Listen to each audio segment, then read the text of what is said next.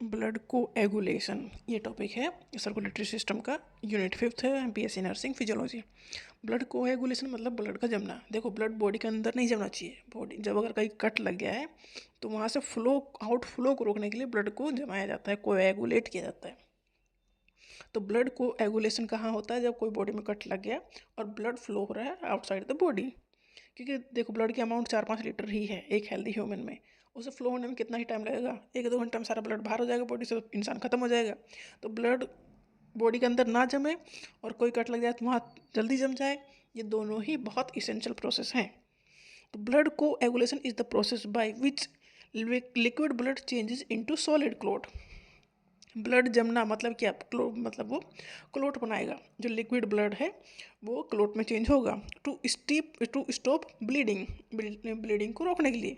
कोई कट लग गया तो वहाँ से हमारा ब्लड बाहर बहेगा ना, तो उस ब्लीडिंग को रोकने के लिए ब्लड को जमना पड़ेगा, क्लोट सॉलिड क्लोट बनना पड़ेगा।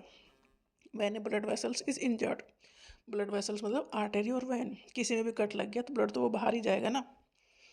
तो उस बाद जो आउटसाइड बॉडी के ब्लड फ्लो हो रहा है मतलब ब्लीडिंग हो रही है, उसे रोकना बहुत ज़रूरी है। तो ब्लड क्लोट एक थक्का वहाँ पर जमाता है।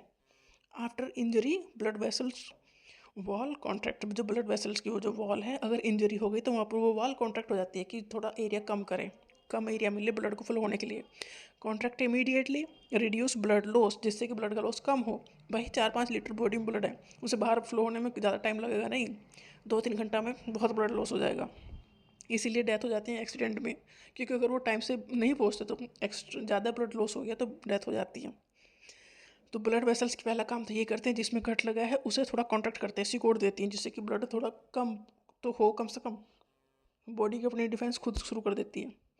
फिर होता है प्लेटलेट स्टिक हो जाती हैं to exposed collagen of damaged vessel wall, जो डैमेज हुई है वहाँ पर प्लेटलेट आके चिपक जाती हैं। Platelet attract more platelets, temporary platelet plug form, ये प्लेटलेट आकर वहाँ पर एक थक्का बनाना शुरू कर देती है, मतलब रोकने की कोशिश करती हैं। जहाँ पर ब्लड बाहर फ्लो हो रहा है, ब्लीडिंग हो रही है, प्लेटलेट वहाँ पर आकर इकट्ठा होना शुरू कर देती हैं।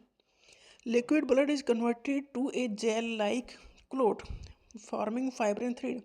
फाइब्रिन थ्रेड ये जो इनएक्टिव फॉर्म में है वो एक्टिव फॉर्म में कन्वर्ट होते हैं, और फाइब्रिन थ्रेड के फॉर्म में, थ्रेड मतलब धागे, तो फाइब्रिन के धागे के फॉर्म में वहाँ पर एक क्लोट बनाते हैं। इसमें क्लोटिंग फैक्टर इन्वॉल्व हैं, clotting factor 12th 11th 9th and 8th। तो तभी ब्लड जमता है, मतलब जहाँ कट लगा है वहाँ पर फाइब्रिन धागे धागे जुड़ते हैं, फिर ब्लड जमता है। तो prothrombin is converted to thrombin and thrombin convert fibrinogen to fibrin. ये कुछ इनएक्टिव है कुछ एक्टिव है। जैसे कि प्रोथ्रोम्बिन इनएक्टिव फॉर्म में ब्लड में प्रेजेंट है, ये कन्वर्ट जब कोई कट लगेगा तो ये कन्वर्ट होगा थ्रोम्बिन में। थ्रोम्बिन क्या करेगा? फाइब्रिनोजन जो कि ब्लड में है इनएक्टिव फॉर्म में, उसे कन्वर्ट करेगा फाइब्रिन में। 2 प्रोसेस हो गए, एक थ्रोम्बिन बना दूसरा फाइब्रिन बना।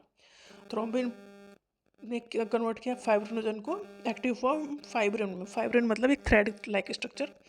Fibrin form a mesh network, एक जाल बना देगा फाइब्रिन जहाँ पर कट लगा है, जिसमें आरबीसी प्लेटलेट और उसमें ट्रैप हो जाएंगे, जिससे कि क्लोट बनने में हेल्प मिलेगी। मतलब कुछ ना कुछ तो चाहिए ना बेस, तो फाइब्रिन वो बेस बनता है जिसमें सब चीज़ आकर लगती हैं, चिपकती हैं और क्लोट बनाती हैं। कैल्शियम आयन इसके लिए इसेंशियल है, क्लोट फॉर्मेशन में कैल्शियम आयन इसेंशियल है। Clot shrink and Titan after healing, clot is removed. तो कुछ टाइम के बाद जब ब्लड वहाँ पर ब्लड वेसल हील कर जाती हैं, उनकी लेयर बन जाती है, तो आउटर जो हिस्सा है वो रिमूव हो जाता है क्लोट के फॉर्म में। तो ये है ब्लड कोएगुलेशन।